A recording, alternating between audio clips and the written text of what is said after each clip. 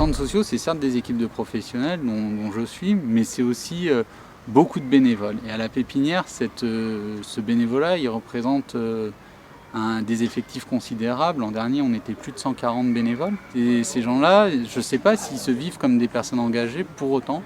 Ils sont engagés sur le projet, ils sont engagés pour le territoire, ils sont engagés pour des projets, pour des valeurs aussi. Et donc, nous, on est le réceptacle d'engagement citoyen.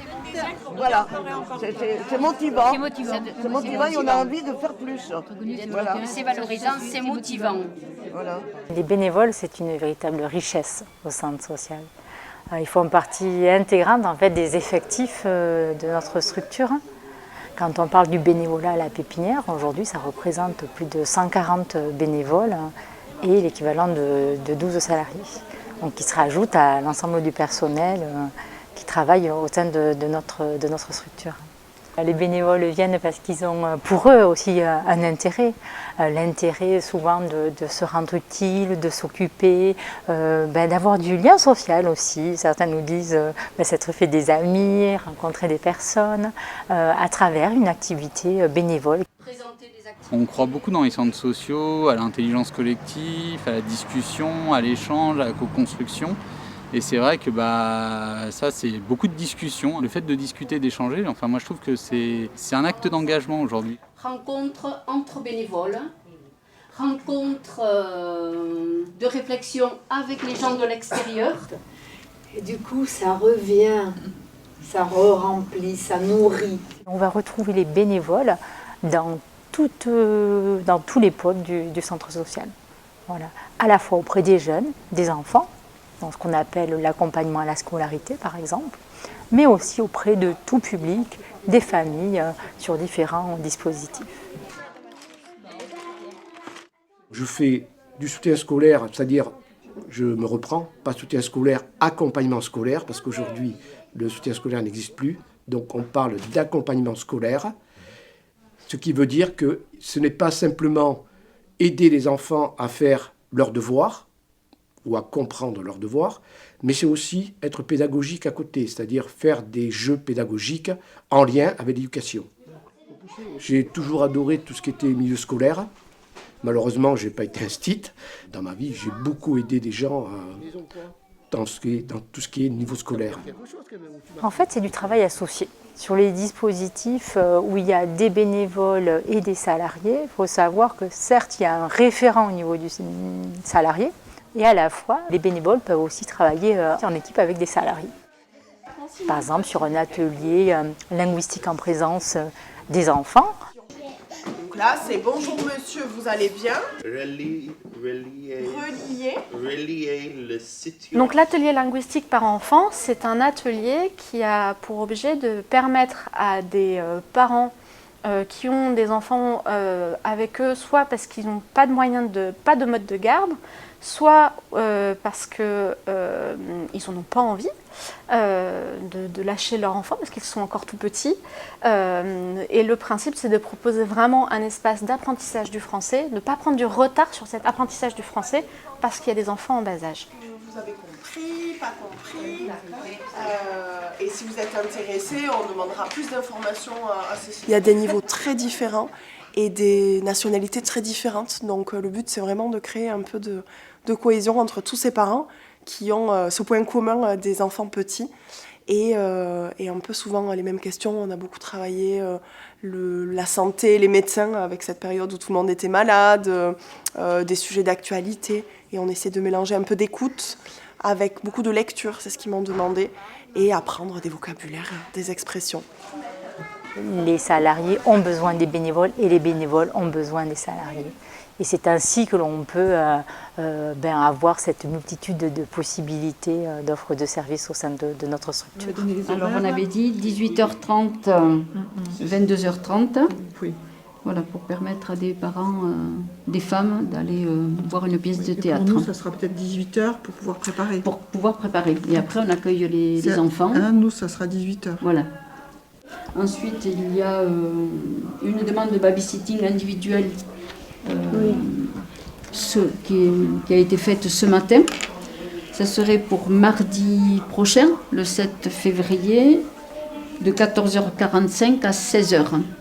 Est-ce que quelqu'une d'entre vous pourrait être disponible pour venir ici pendant que cette mère irait à la méditation? Il y a un temps de méditation, voilà. Et l'enfant, il a quel âge? Il a 3 ans, c'est une petite fille, Lupna. Oui, éventuellement, moi je peux. Toi, tu pourrais? Oui. J'étais seule avec mes enfants et à l'époque, il n'y avait rien du tout pour nous entourer. Et j'ai trouvé ça formidable, de donner l'occasion à des mamans de se libérer quelque temps pour pouvoir profiter de leur... pour avoir un bon moment pour elles-mêmes, se libérer en confiance de leurs enfants. Et puis j'aime les enfants, je suis privée de mes petits-enfants parce qu'ils sont trop loin, donc c'est formidable, je suis gagnante. Je terminais mon travail d'éducatrice spécialisée et donc j'ai eu envie de donner du sens, de continuer à donner du sens à ma vie et de mettre à disposition des possibilités que j'avais professionnellement et pour le service des personnes. Voilà. Quand je suis arrivée à Pau dans les années 85, avec ma fille, donc j'étais maman solo et c'était quand même compliqué puisque je ne connaissais personne. Ma fille passait beaucoup de temps en babysitting puisque moi-même j'avais une profession qui était peu conventionnelle et avec des horaires compliqués. Et je m'étais dit un jour, si tu as du temps, ben, tu essaieras de peut-être de donner du temps pour les mamans ou les papas solos. Pendant 2 ans, nous avons travaillé, tout un groupe, une 30aine de personnes, des salariés, des bénévoles, des partenaires extérieurs, des personnes de la CAF, pour construire ce projet-là. Donc nous l'avons intitulé Mary Poppins. Depuis le début, il y a plus de 30 bénévoles qui ont donné du temps de façon très ponctuelle. Pour certaines, ça a été un tremplin pour pouvoir passer du travail de leur profession vers la retraite. Parce que pour certains, c'était compliqué, ce passage-là. Et le fait d'avoir appartenu à un groupe de bénévoles, ça les a rééquilibrés. Après une vie professionnelle très très active, j'ai éprouvé le besoin de couper vraiment toutes mes activités et peut-être que je les ai coupées un peu trop longtemps. Et à un moment donné, j'ai quand même ressenti le besoin de me resocialiser et de rencontrer d'autres personnes. J'ai besoin de ça pour continuer à exister. Voilà. J'ai besoin de ça aussi j'ai envie de continuer à participer à la vie en société, parce que c'est les uns avec les autres qu'on va continuer à avancer et puis à faire changer le monde aussi. Et puis à aider des parents à se mettre debout aussi. C'est pas comparable une nounou professionnelle, avec qui on va avoir une certaine distance, mais en même temps, on a besoin de parler de nos craintes. Enfin, ça tourne beaucoup autour de l'enfant, une nounou professionnelle. Alors que Mary Poppins, j'arrive à exprimer mes craintes, à exprimer toutes les craintes de maman, de parents. J'ai un lien différent. Je me rends compte que votre fils, il est absent là. Vous pouvez m'expliquer pourquoi? D'accord, il est malade. Bon, la prochaine fois, est-ce que vous pouvez m'appeler, s'il vous plaît? Le projet théâtre, c'est un projet qui part d'un groupe de femmes qui avaient envie de découvrir le théâtre parce qu'elles ne l'ont jamais pratiqué. Pour certaines, elles ne l'ont jamais vu de leur propre yeux. Donc le principe, c'était de proposer à un groupe de femmes en situation de monoparentalité de découvrir le théâtre, de le tester et de pouvoir aller voir une pièce. Quand par exemple, elle te dit on va en Espagne, oui, mais il faut que les enfants... Là, tu reviens sur ton idée. Oui, mais il faut que les enfants nagent. Oui, c'est bon, les enfants ont nagé. Ce projet s'est fait en soirée. Et l'objectif, c'était aussi de leur proposer de prendre du temps pour elles, de découvrir ce théâtre, pour pouvoir prendre du temps pour soi, et d'avoir pas loin un espace où leurs enfants soient gardés. En fait, par ce biais-là, on travaille aussi la notion de séparation, parce que pour certains parents, ce n'est pas toujours évident de laisser son enfant, de confier son enfant à quelqu'un qu'on ne connaît pas toujours très bien. Donc c'était vraiment permettre d'avoir deux espaces, pas loin l'un de l'autre, pour avoir vraiment ce qu'on appelle une séparation douce, en quelque sorte. Pouvoir se dire, moi je peux vivre une activité pleinement pour moi, pendant ce temps-là mon enfant vit une activité pleinement pour lui, et on se retrouve à un moment donné. Il y a une charte d'engagement du bénévole, respect bien entendu des personnes, respect pas de discrimination, la laïcité sont des éléments qui sont importants, la participation, le non-jugement, c'est partie des éléments qui sont essentiels pour être bénévole en centre social. Quand vous serez arrivé, première action, je commencerai, deuxième action. D'accord ? Quand j'ai pris ma retraite, j'ai choisi de m'engager pour garder un minimum d'activité. Et donc, j'ai choisi de m'engager à la pépinière, essentiellement dans les voies de l'enseignement. Donc, je me suis d'abord occupé des collégiens et de l'enseignement du français. Puis maintenant, je me consacre uniquement à l'enseignement du français. Le futur prochain, les futurs simples et les futurs antérieurs.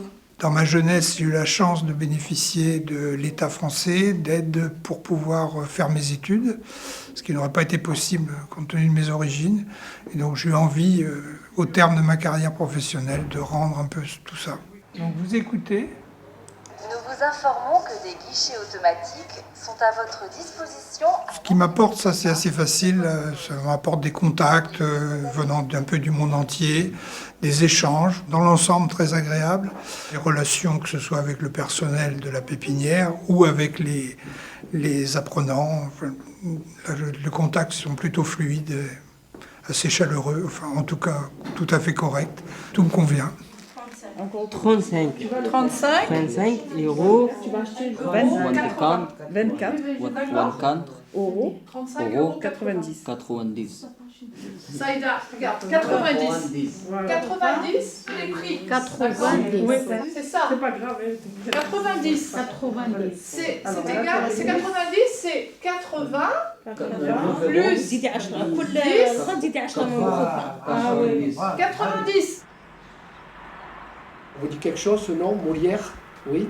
Pourquoi je vous parle de Molière? Parce qu'en France, quand on parle de la langue française, on dit la langue de Molière. Vous voyez, par exemple, en Angleterre, vous allez parler de Shakespeare.